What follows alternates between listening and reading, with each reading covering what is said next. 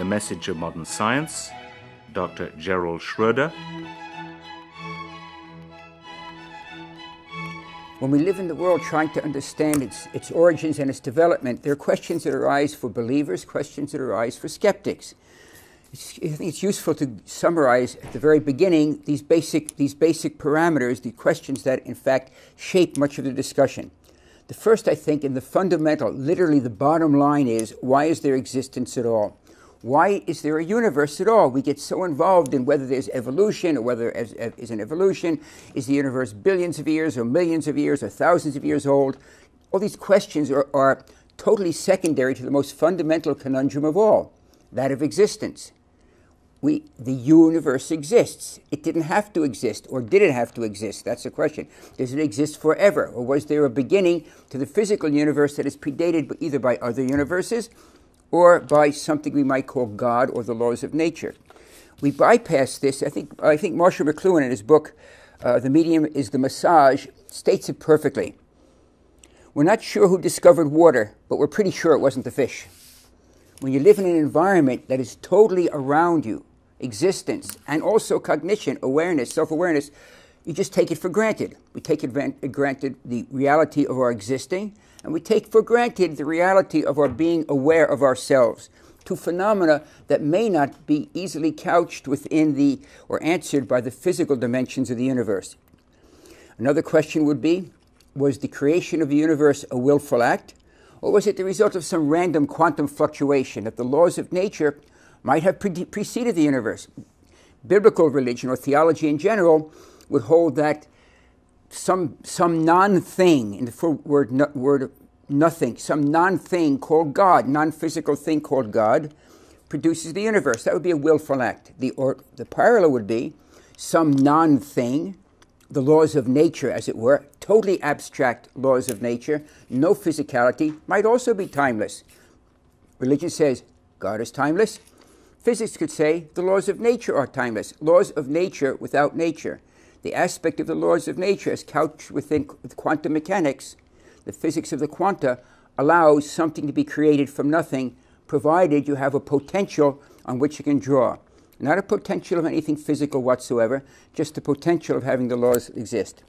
So the question would be, was the creation of the universe, the Big Bang creation, willfully directed? Or was it a random fluctuation in a timeless entity we could call simply the laws of nature? Then another reality emerges from this, that the universe is tuned for life. The aspects of the universe are extraordinary. The quality of the fundamental forces of the universe essentially shape the development of life, and in fact, the universe is tuned for life. Not tuned for the starting of life. That's not at all clear. We don't have any idea at the moment how life started. Speculations yet? Yes, but how inert matter became alive, that's a complete unknown at the moment. However, once life gets started, we see clearly from the fundamental constants of the universe that, in fact, the universe is tuned for life. How it emerged from life is a question that is a totally separate category of requiring an answer. Then the amazing reality is that life invented or conceived of reproduction. Why would any form of life think that it had to reproduce? It's alive. We know we're going to die. So you have progeny, or you think about the world to come or another life after, that death might be just the end of the physical life, and death might not be the end of life. It might be just a chapter, a change in the chapter from a material life to a totally metaphysical or spiritual form of existence. Nonetheless, we realize our death, but did the first bacterium realize it was going to die, and therefore that bacterium somehow developed the potential to reproduce? Reproduction is purpose-driven. It's not that it seems purpose-driven, it is purpose-driven. Reproduction, at the minimum, is the purpose of extending the life which is going to physically degenerate in the organism which is hosting this ability to reproduce. So why did early life have the first life? The first life of which we know, because any life that didn't have reproduction is gone from the fossil record. We don't know about it. So we just say the first life of which we know had already within it the purpose-driven reality, the purpose-driven phenomenon that it wanted to extend itself by reproduction. A major problem in this whole idea of evolution is the fact that life starts immediately on the earth. There are some basic problems in the idea of let us say, a neo-Darwinian or a Darwinian concept of how life develops. One of them is life begins immediately on Earth. Earth is molten, Earth cools, a crust forms on the Earth, liquid water and water vapor are now in abundance, plus several simple molecules, carbon monoxide, methane, ammonia. And then out of the rocks, water, life starts, not after billions of years, using American terminology, not after thousands of millions of years, but it's geologically speaking, immediately. Now, obviously, there's a slack there of several millions of years, but the oldest rocks that can bear fossils already have fossils of fully formed, single-celled life. Nature invents photosynthesis in a snap and starts oxygenating the atmosphere. The rapidity is what's the surprise. Then a basic problem is, if it is the laws of nature and not God that produced the universe, then we have a problem, because many of the theories which would allow quantum tunneling or quantum fluctuation in a totally abstract, not material potential field to compress itself and become a universe, many aspects of that theory, although possibly not all, but many aspects of that theory require the universe that is created to be a closed universe. That is, space will be curved to close back on itself. Not like a balloon physically, but that space itself curves back in on itself. That means a super heavy universe. All of the data imply at the moment that the universe is not super heavy. In fact, it lacks in the visible region at least by a factor of 10 the amount of mass required to produce this universe. So that makes a problem with if it is indeed the laws of nature.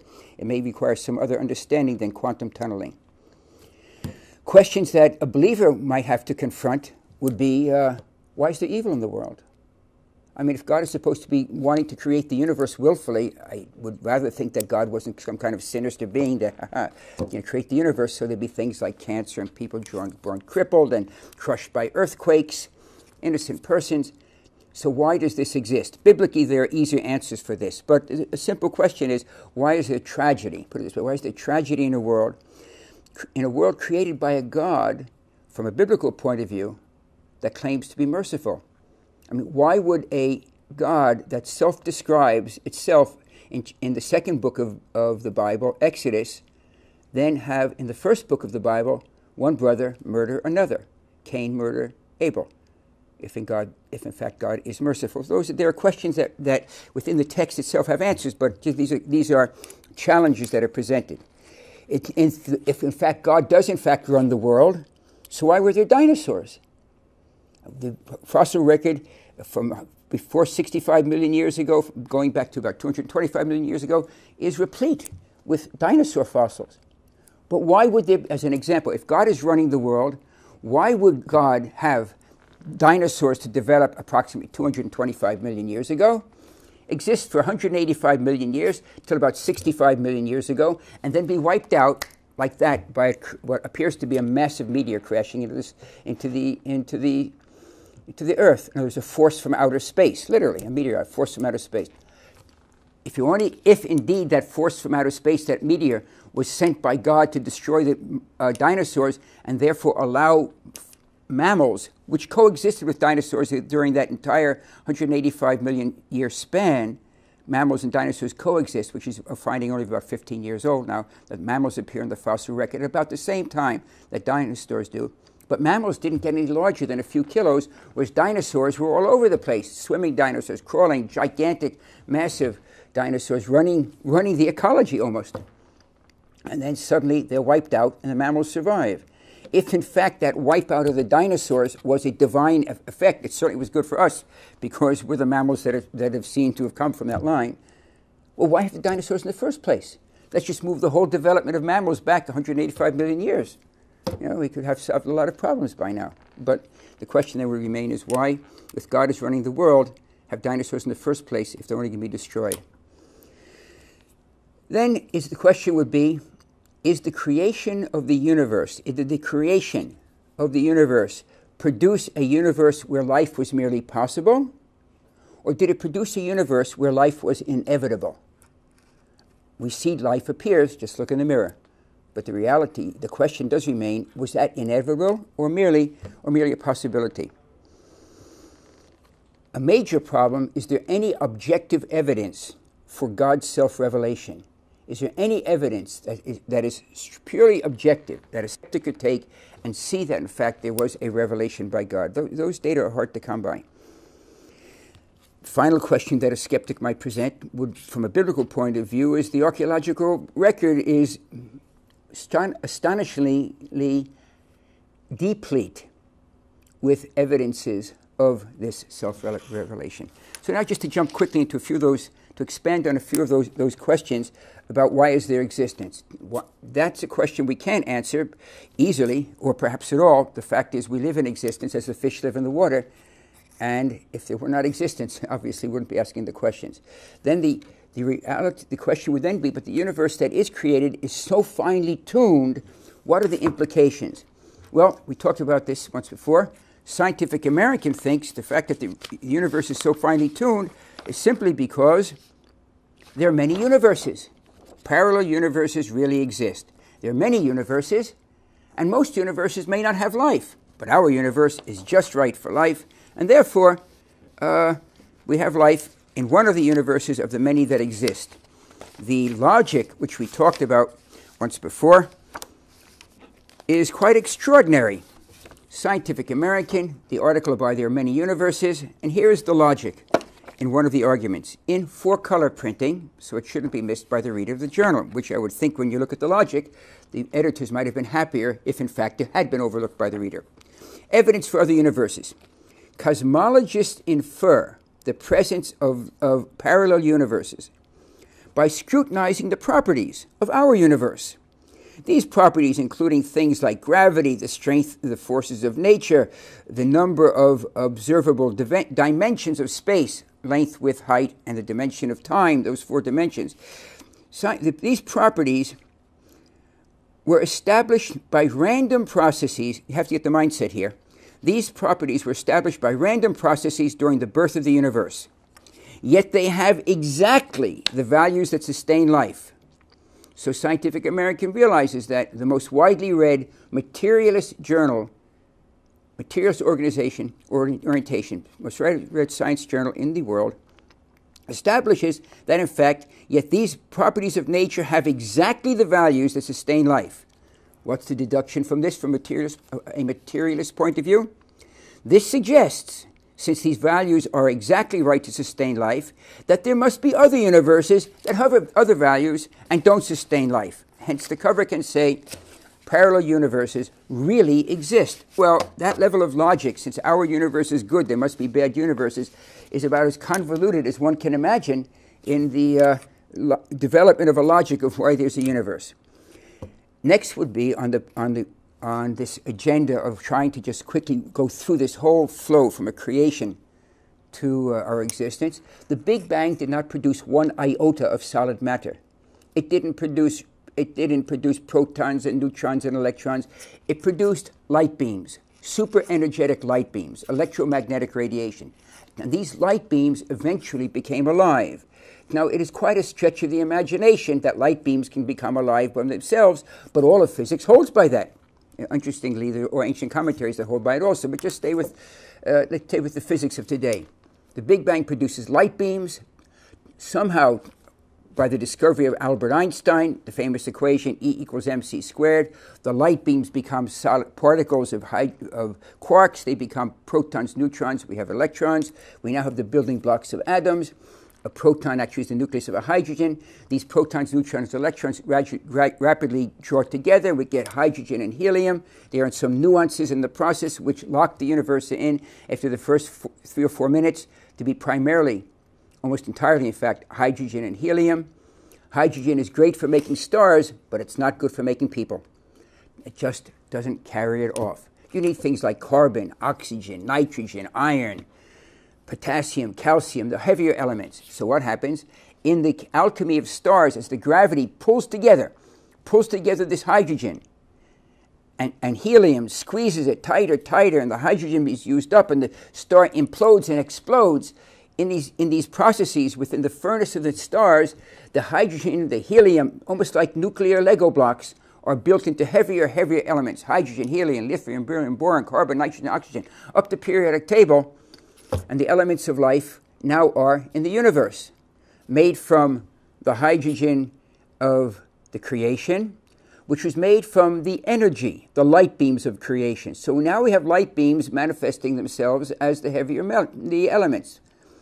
These elements, over eons and many processes in stars, finally get drawn together in this corner of the universe. Sun forms in the center. Rocky planets, one and the third one out, Mercury, Venus, Earth, a planet just at the right distance from the sun, to have a temperature commensurate with liquid water, not so hot that the water evaporates, not so cold that the water is locked in ice, just far enough away from the sun so the gravitational force of the sun on the Earth doesn't lock the Earth, so the same face always faces the sun, which can be devastating. The moon's face, we only see one face of the moon from the Earth because it's locked gravitationally by tidal forces, so that as it goes around the Earth, the same face always forms it. Mercury has the same face facing the sun, almost only. Venus also.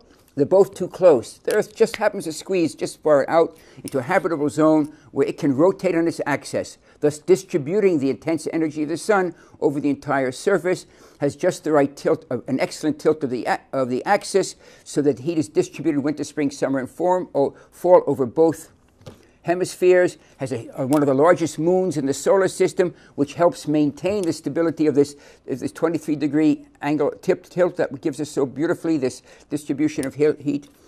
And on this Earth, which is so lovelily tuned for life, as Scientific American points out, rocks and water, a few simple molecules, perhaps some clay, methane, ammonia, nitrogen, water, and rocks become alive. Of course, those rocks and water weren't always rocks and water. Before that, before the Earth and the solar system formed, they were stardust of previously exploded stars. And before this, they were the hydrogen and helium, which is produced in the Big Bang. And before this, they were beams of energy. See, everything you see around you is condensed energy. You're made of light beams. The fact that there was one physical creation, and science is unequivocal about this, there was one physical creation. The stuff that makes up your body, and the world around you, the chair you're sitting on, the floor on which the chair rests, has been in the universe since the creation. You witnessed the creation of the universe. You were present at the creation, not in your bodily form, but in the form of light beams that eventually became alive, learned to send people to the sun, to the moon, learned to create a violin concerto that can so beautiful it can move a person to tears, all from condensed light beams. It's quite a stretch of the imagination that this merely happened by itself. But that's the understanding from a materialist, reductionist point of view. Light beams became alive, and somehow, not only did they become alive, but they became cognizant of being alive, cognizant of awareness, of joy. Light beams can laugh and feel joy. Light beams can sing. Light beams can love. But that's what happened, because the only thing that's the substrate of this universe is light beams, and that's what we're made of. So the light beams became alive. I guess it could happen by chance. Certainly the New Yorker thinks so. Here's the picture, the famous example of monkeys hammering away on typewriters. Most of what they write will be garbage, but very occasionally you're going to get a monkey like this. See how happy he is? He's smiling. He got the Shakespeare sonnet. The famous adage, put enough monkeys away, let them hammering away on typewriters. Most of what they write will be garbage, but very occasionally, by pure chance, they will type out one of Shakespeare's sonnets. It takes the back of an envelope to do the calculation that will never happen. Notwithstanding that the most widely sold science book ever written, Brief History of Time by Stephen Dawking, tells us along the way that the whole universe can be done exactly like that. Monkeys hammering away on typewriters, by chance we can produce the universe. So much so that the New Yorker felt, well, we're going to get one eventually. You can take any one of the sonnets and realize it will take billions upon billions upon billions, about 10 to the 600th, in fact, years, universes, however you want to see it, to get a single sonnet. That means you have to either have a universe that was 10 to the 600th times larger, or that there would be 10 to the 600th universes, parallel universes. One's going to make it. In other words, the likelihood of getting a sonnet, at least on this universe by chance, is 0. It will never happen by chance. So we have the origin of life that starts like this, and maybe it's by chance, that's what we're told, but it doesn't seem to work that way, because even if you think it's by chance, how'd the light beings figure out to send people to the moon? But they did. That life begins about 3.8 billion, 3.8 thousand million years ago. I'm using American terminology for the numbers. Life develops, not so rapidly, in fact. It starts immediately, but remains single-celled for 3 billion years. For 3 billion years, life remains single-celled, and then out of the blue, what's called the Cambrian explosion. This is Time Magazine. Scientific American talks about it also in the terminology, the Big Bang of animal evolution. The Big Bang of animal evolution is quite amazing.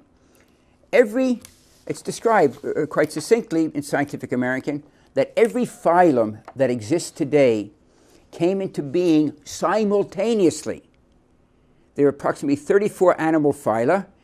All of those 34 appear in the fossil record in a strata called the Cambrian explosion, of which Darwin knew about. It wasn't dated. He just assumed that the strata in which every body type that exists today, not little people sleeping through lectures, no, but simply here's chordata. That's our first formation in our phylum. It's primitive fish. These are the first insects, the trilobites, and they are mollusks, and all together, all the 34 appear out of the blue.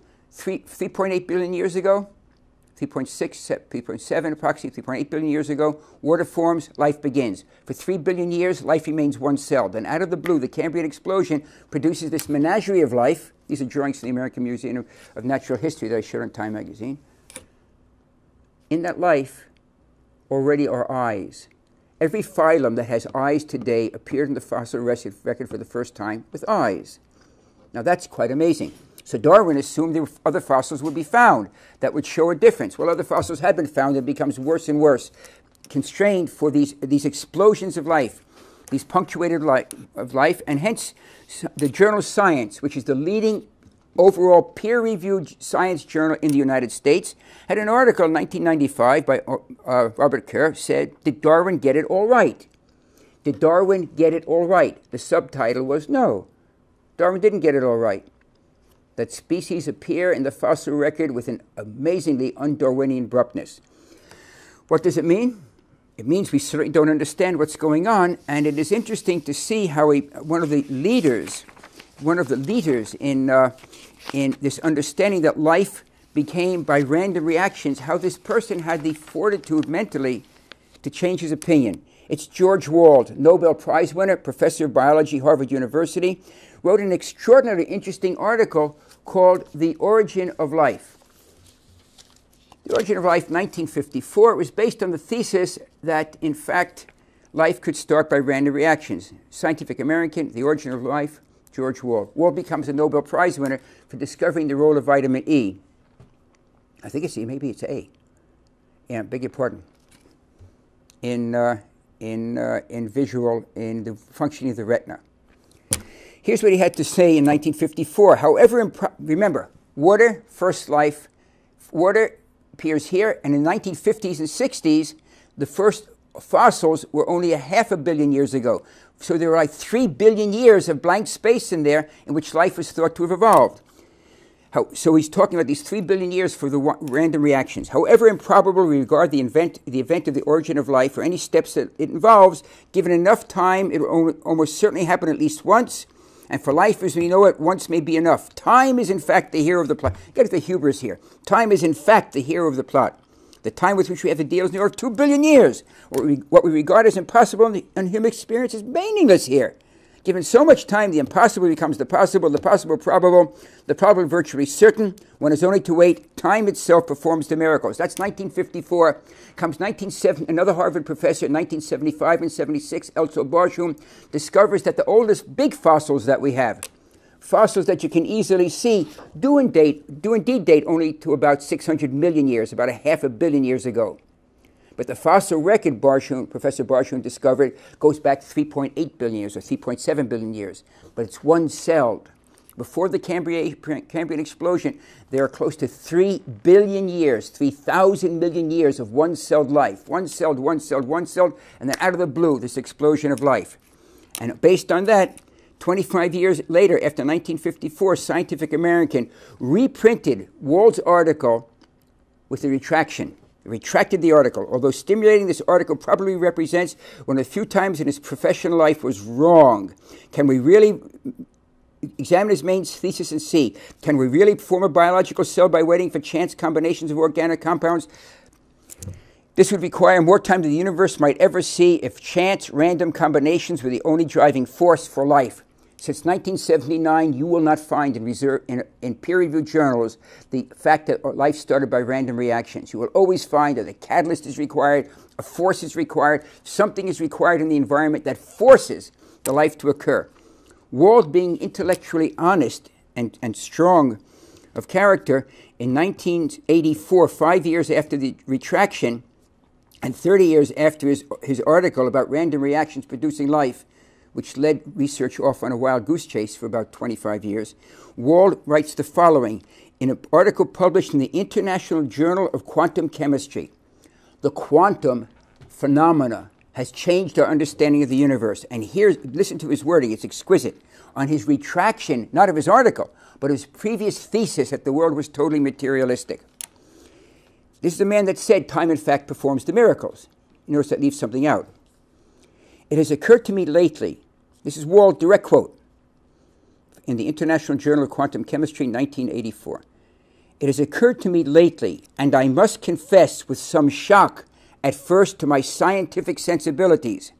This is Wald speaking. And I must confess with some shock at first to my scientific sensibilities that the questions of the origin of consciousness in humans and the origin of life from non-living matter might be brought to some degree of congruence.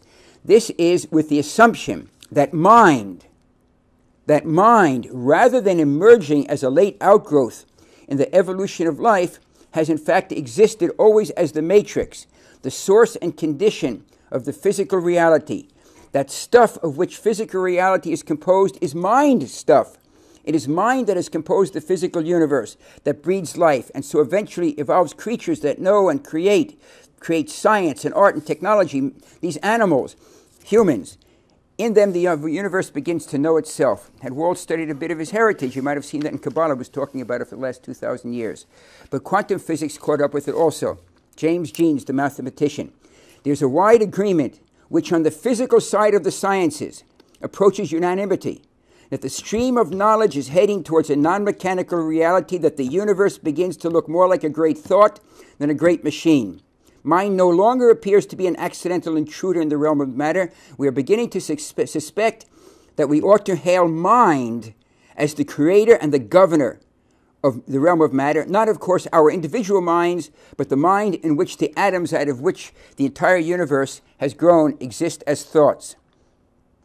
Werner Heisenberg, Nobel laureate in quantum mechanics. Quantum mechanics has placed the universe on a different footing. Quantum mechanics is it's not some esoteric theory on the corner in a shelf somewhere. Quantum mechanics allows your digital watch to work, allows your remote control that turns on your TV or opens your car to work. It allows your clock radio to work. It allows, essentially, from the time you get up to the time you go to bed, the theories and understanding of the quanta have changed electronics in your life. Werner Heisenberg. Inherent difficulties in the materialist theory of existence, that everything is material.